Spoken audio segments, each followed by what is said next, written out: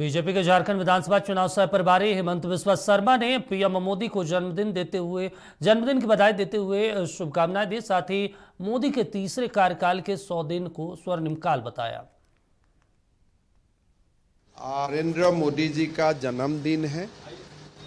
मोदी जी का नेतृत्व, मोदी जी का जीवन हमारा देश का युवाओं का लिए एक प्रेरणा का स्रोत है। उन्होंने जैसे संघर्ष किया, जीवन में संघर्ष किया, देश के लिए संघर्ष किया, ये सालों तक हमारा युवा शक्तियों को प्रेरणा देते रहेगा। मोदी जी का जीवन का एक ही लक्ष्य है, एक विकसित भारत। काल हो जनजातियों का एक प्रतिनिधि मंडल गृह मंत्री जी से मिला, गीता कोडा जी भी थे और उस डेलीगेशन में मैं भी था। काफ़ी अच्छा बातें हुआ।